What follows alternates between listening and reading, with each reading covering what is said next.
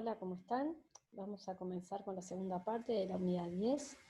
En esta oportunidad, en esta bolilla, lo que vamos a hablar es un poco de los analgésicos. Los analgésicos que los vamos a clasificar como analgésicos mayores, analgésicos de uso más común, ¿sí? Vamos a explicar un poco en un principio qué es el dolor, ¿verdad? Todos sentimos dolor ante diferentes situaciones o lesiones, pero bueno, hay una definición de lo que es el dolor, que es una experiencia sensorial y emocional desagradable, ¿verdad? Que puede estar asociada o no a un daño en un tejido, un daño real, a un corte, por ejemplo, ¿verdad? Una lesión real, ¿verdad? Según la duración y la relación que puede haber con respecto a por qué siento ese dolor, ¿verdad? Yo lo puedo clasificar en un dolor crónico o en un dolor agudo, ¿sí? Un dolor crónico es un dolor que por más que la lesión se cure, ¿verdad? Por ejemplo, tengo un accidente, me corto con un cuchillo, se me cura, ¿verdad? La herida, pero yo sigo sintiendo el dolor. Entonces eso sería un dolor crónico, ¿sí?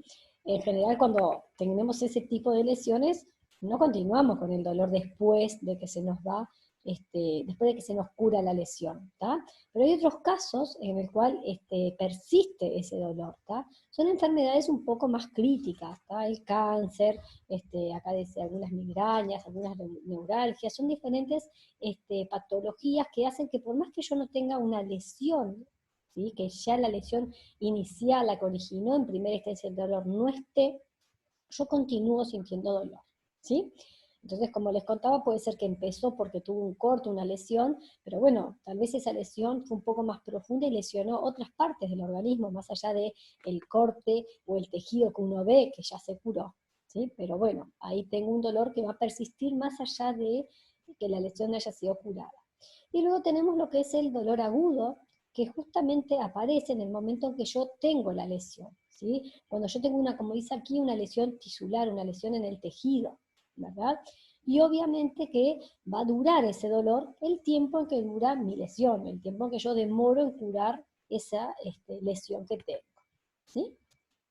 Acá tenemos un pequeño esquema, muy, pero muy esquema, ¿tá? De cómo es el mecanismo del dolor. Ahí les muestro un clavo, por ejemplo, que se clava en un tejido. Entonces, bueno, voy a tener un estímulo, va a haber un estímulo del dolor, que se va a transmitir, ¿verdad?, a uno de los centros nerviosos, a las fibras nerviosas primero, para luego avisar al centro cerebral superior de ese dolor.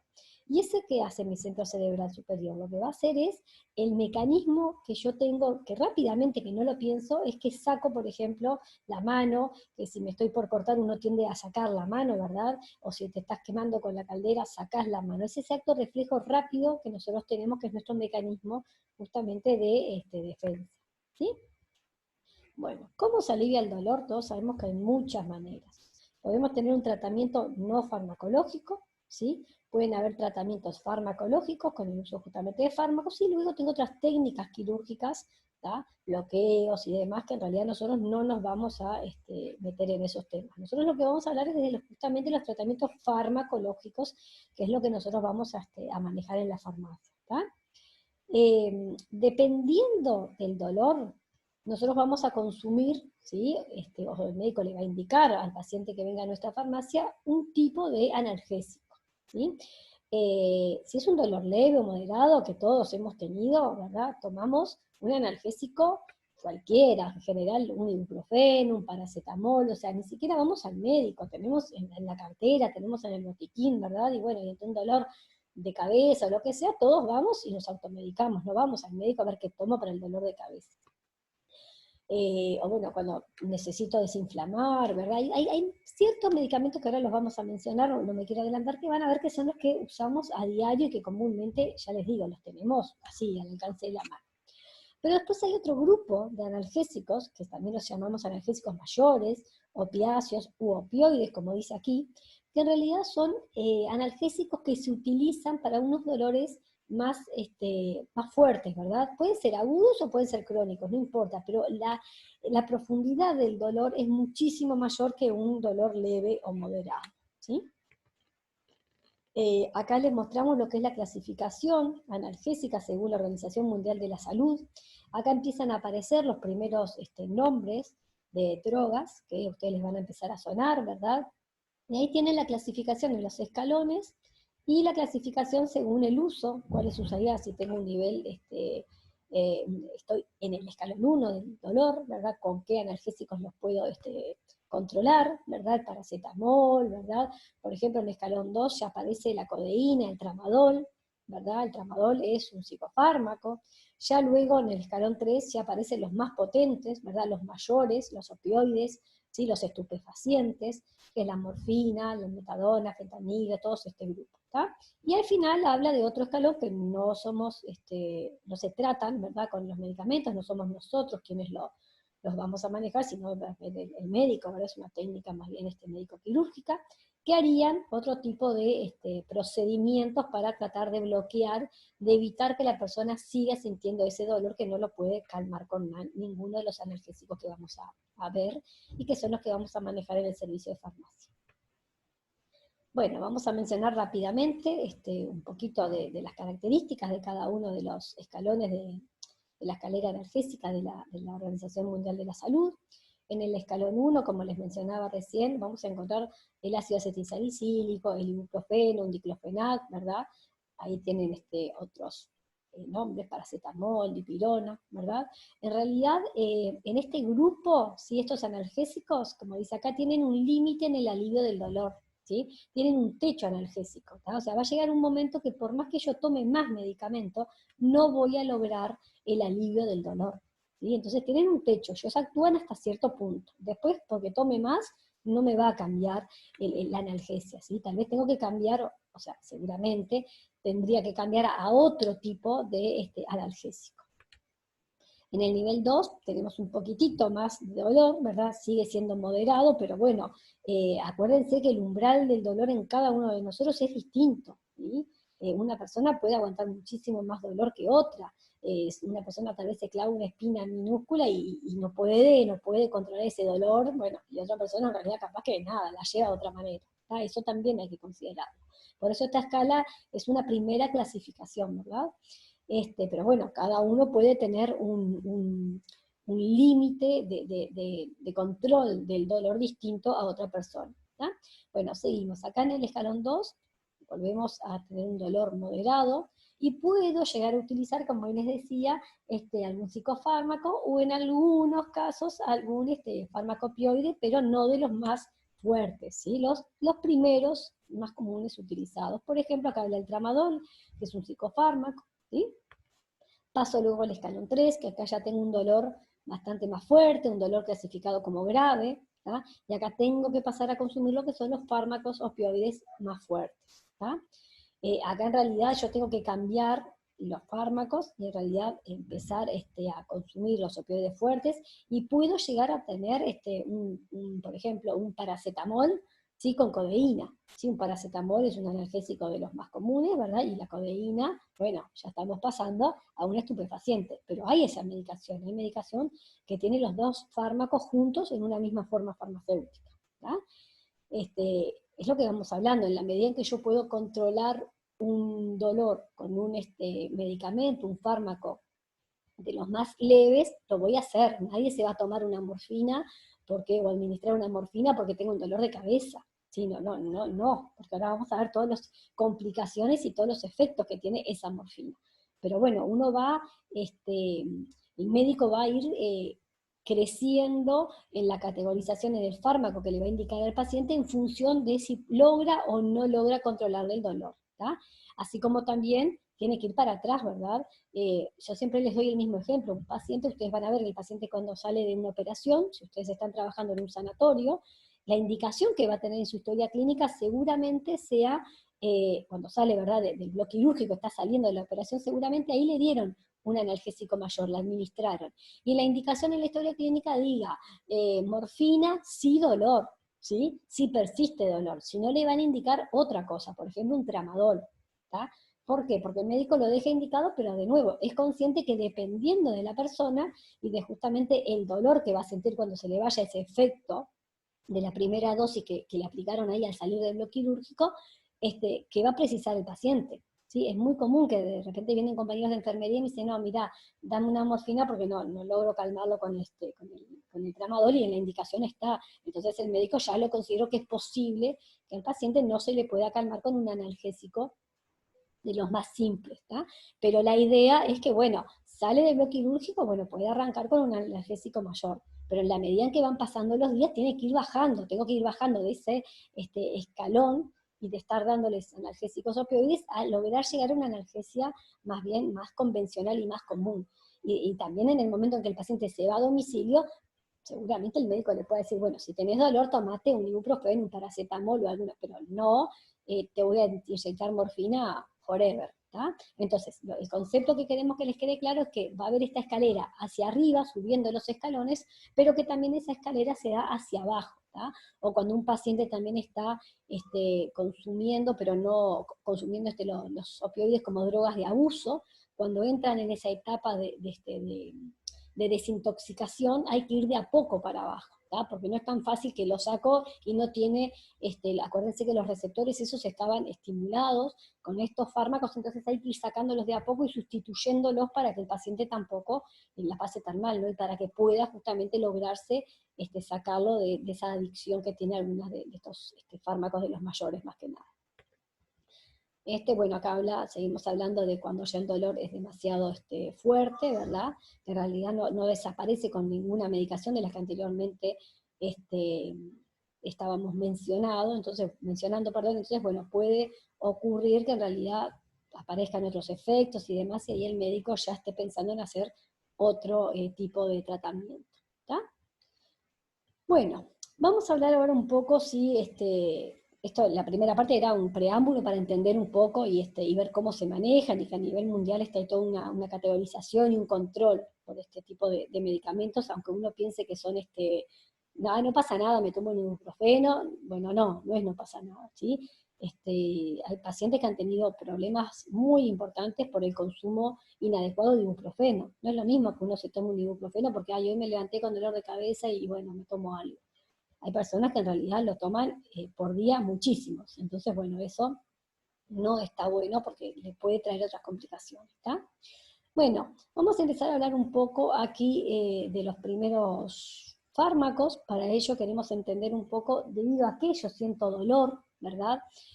Hay unas sustancias endógenas, las prostaglandinas, como dice acá, son los mediadores involucrados en la producción de lo que es la fiebre, la inflamación y el dolor. ¿Sí? La sigla esa que es AAA, es analgésico, antipirético y antiinflamatorio. Analgésico es para el dolor, antipirético es para la fiebre y antiinflamatorio justamente para la inflamación. ¿Por qué se categorizan de esta manera? Porque ahora cuando entremos al detalle de cada una de las drogas que utilizamos, van a ver que muchos de ellos tienen las tres acciones, pero tienen más desarrollado, o el efecto está más potenciado para una de ellas, pero no significa que no tenga la otra acción, ¿verdad? Ahora lo vamos a ver un poquito más al detalle, ¿sí? Acá les quería mostrar también para que vean el contexto bioquímico, qué es lo que pasa en realidad en nuestro organismo, ¿sí? Acuérdense que acá, en esta parte de aquí, ustedes tienen lo que es la membrana celular. ¿Se acuerdan que la membrana celular hablamos que estaba formada por fosfolípidos, ¿verdad? Era una bicapa lipídica? Entonces, ante un daño en un tejido, ante un corte, a cualquier daño que haya en mi tejido, se va a desencadenar una respuesta bioquímica, se va a activar una fosfolipasa A2, y esa fosfolipasa lo que va a hacer es que se liberen de la membrana, ¿sí?, el ácido araquidónico. Ese ácido araquidónico, que es este que está acá, va a tener dos vías de acción. Para este lado se va a liberar todo lo que son los leucotrienos, que nosotros no nos vamos a focalizar en ellos, pero para este lado sí se van a liberar las prostaglandinas, que recién les estaba contando, que son las que intervienen directamente en el dolor, la fiebre, y la inflamación. Y luego tengo los tromboxanos, que son otros factores muy importantes porque son los que forman parte del proceso de coagulación de la sangre, ¿tá? Entonces, los fármacos que nosotros vamos a ver ahora, los analgésicos, actúan en este punto. Son inhibidores, por ejemplo, ¿sí?, de la COX-1 o la COX-2. La COX es esto, es una enzima, una ciclooxigenasa, ¿sí? Que a su vez se diferencia en dos tipos, la 1 y la 2, y ahora vamos a ver que si yo logro bloquear esta enzima, por más que yo me haya lastimado el dedo y se haya liberado ácido araquidónico, como yo acá bloqueo esta flecha, si yo corto acá este mecanismo, las prostaglandinas no se me liberan. Por lo tanto, no voy a tener dolor, ni fiebre, ni inflamación, ¿sí? Pero hay que tener cuidado, porque yo al cortar esta vía, también estoy evitando que se me generen los tromboxanos, que recién les dije que son muy importantes para lo que es la coagulación de la sangre. ¿Tá? Entonces, es importante que entiendan este esquemita, ¿tá? Porque está bueno cuando uno ve dónde corta, dónde mi medicamento, perdón, actúa, en qué momento logra hacer el quiebre y el corte para justamente lograr el efecto que quiero. Pero bueno, ese efecto a veces tiene unos efectos secundarios que en este caso, por ejemplo, sería que no voy a tener la liberación de los tromboxanos, ¿sí? Bueno, ¿qué son los AINES? Los AINES son conocidos como los antiinflamatorios no esteroideos. No esteroideos viene de una clasificación de la estructura química que tienen estas moléculas y por eso se los identifica de esa manera. Son medicamentos muy efectivos sobre el dolor, ¿sí? De intensidad leve a moderada. Vamos a empezar hablando de los analgésicos menores o los más comunes, ¿verdad? Principalmente son dolores originarios de lo que es musculoesquelético o alguna acción de dolor variable, pero no es un dolor profundo, ¿sí? Las acciones farmacológicas características indican que se tenga que prescribir sin control médico recomendado, o sea, en realidad nosotros vamos y compramos en la farmacia, nadie nos pide una receta y demás, ¿tá? Pero como hoy les contaba, tienen una capacidad de generar efectos tóxicos o algunas reacciones adversas que no son pavadas, ¿verdad? Que son importantes. Entonces, a nivel mundial, todas las organizaciones están tratando de sacar artículos, y si ustedes buscan en internet van a ver artículos e información del uso indiscriminado de este tipo de fármacos, ¿tá? Por ejemplo, uso indiscriminado de ibuprofeno, uso indiscriminado de paracetamol, ¿sí? No es que lo uso como droga, no, no, no. Uso indiscriminado es que para cualquier cosita lo tomo, sí, genial, pero en realidad todos los efectos que pueden ocurrir luego y a largo plazo, eso es lo que se está investigando y estudiando para que la gente tome un poco más de conciencia, que no ante cualquier cosita ya voy y me medico, ¿tá? Por más que piense que no pasa nada, ¿tá? Bueno, las principales acciones de los analgésicos no esteroideos, dijimos analgesia, ¿verdad? Antitérmico, antipirético, antiinflamatorio, antiagregante, acá, ¿por qué? Porque por la inhibición de los tromboxanos, entonces lo que les decía, hay que tener mucho cuidado, porque si yo es un antiagregante plaquetario, se me va a complicar todo el tema de lo que es la coagulación de la sangre, ¿sí? Entre otras cosas, ¿tá? Y también se ha mencionado que tiene acción también sobre el ácido úrico, ¿tá? Aumenta la eliminación de ácido úrico, entonces también pueden ayudar para el tratamiento de esa patología que en general se llama como la gota. Acá tienen el mismo dibujito que hoy les contaba, pero un poquitito más en color, ¿sí? Ahí tienen el ácido araquidónico, los fosfolípidos de membrana, la ciclooxigenasa. Acá lo que les quería mostrar es que yo voy a estar actuando a este nivel, ¿tá? Los corticoides, que no vamos a hablar ahora, pero que los hemos mencionado, que son críticos y que hay que tener mucho cuidado cuando se consumen, y por ejemplo los corticoides son todo lo que son las prednisonas, ¿verdad? Todo ese tipo, ese grupo de fármacos, la prednisona, la que más comúnmente a ustedes les puede sonar, actúan en este nivel. Ya evitan lo que es la liberación del ácido araquidónico. Entonces ya no estoy bloqueando acá, estoy bloqueando acá. Si yo bloqueo esta parte y no genero ácido araquidónico, genial, me evito todo esto que es lo que quiero del dolor. Pero ojo, porque estoy inhibiendo esta parte también de lo que hoy les comentaba, que nosotros no vamos a introducir a profundidad, pero esto está todo involucrado en lo que son los broncoespasmos, la vasoconstricción, ¿verdad? Y el aumento de la permeabilidad. Entonces hay que tener mucho cuidado, ¿sí? Bueno, la ciclooxigenasa, la enzima, tenemos las abreviaciones COX, ¿tá? Voy a tener dos tipos de isoenzimas, la COX-1 y la COX-2. La COX-1 está siempre, es una constitutiva, se le llama, está presente en la gran mayoría de las células del organismo, del tracto gastrointestinal, en los riñones, en el útero, en los vasos, ¿sí? Y la COX-2 en realidad es inducida, se expresa, aparece, ¿verdad?, en respuesta a procesos inflamatorios, ¿sí? Entonces, si yo quiero activar, porque tengo un dolor inflamatorio y lo que quiero es activar de alguna manera para que se me vaya el dolor, y tengo que tomar un antiinflamatorio, de ser posible tendría que tratar de elegir, ¿verdad?, alguno que bloquee puntualmente y directamente la COX-2. ¿Para qué? Para que no me interfiera en todo el resto de estos órganos que también tienen la COX, pero la 1, ¿sí? Entonces, yo tengo un medicamento, voy a tener medicamentos que inhiben las dos isoenzimas, la 1 y la 2, pero también voy a tener unos que son más selectivos para la 1 y otros más selectivos para la 2. ¿tá?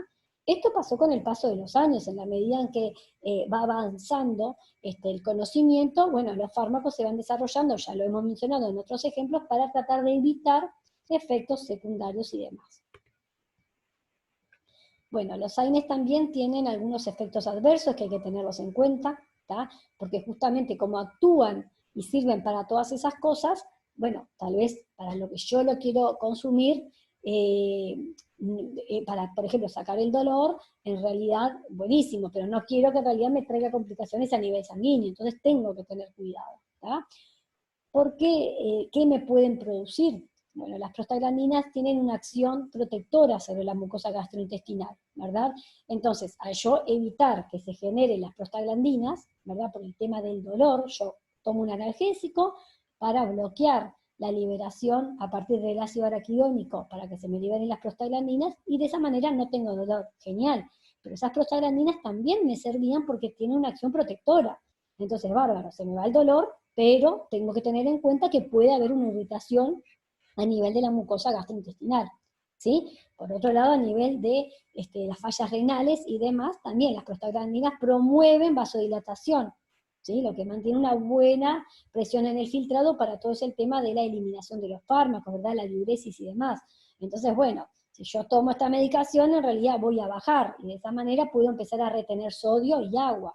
Y si retengo sodio, puedo tener hipertensión arterial. Entonces, estos son algunos ejemplos para que vayan viendo cómo no es tan simple el tomar un analgésico, que hablábamos recién, un ibuprofeno o lo que sea. ¿tá? También acuérdense que a través de los tromboxanos, lo que les decía hoy, están asociados con lo que es la coagulación, la agregación plaquetaria. Entonces, si yo tomo nuevamente uno de estos medicamentos, estoy interfiriendo en esta parte y puede haber un riesgo de hemorragias. O sea, cada cosa tiene sus posibles efectos adversos y obviamente que con una criticidad, peligrosidad mayor o menor también en función del paciente, de las otras patologías que el paciente tiene. ¿tá? Pero es muy importante tenerlo en cuenta porque a veces pasa con el adulto mayor que se levanta y me duele el brazo, un dolor de la edad, ¿verdad? De los años que tiene, y va y se toma un paracetamol, o va y se toma un ibuprofeno, y todos los días todo está tomando uno o dos. Y en realidad, bueno, hay que tener cuidado, porque no es tan inocuo ese medicamento, ¿sí? Si lo tomas una vez cada tanto, no nos pasa nada, pero ya cuando es un medicamento a diario, tiene que estar controlado su consumo.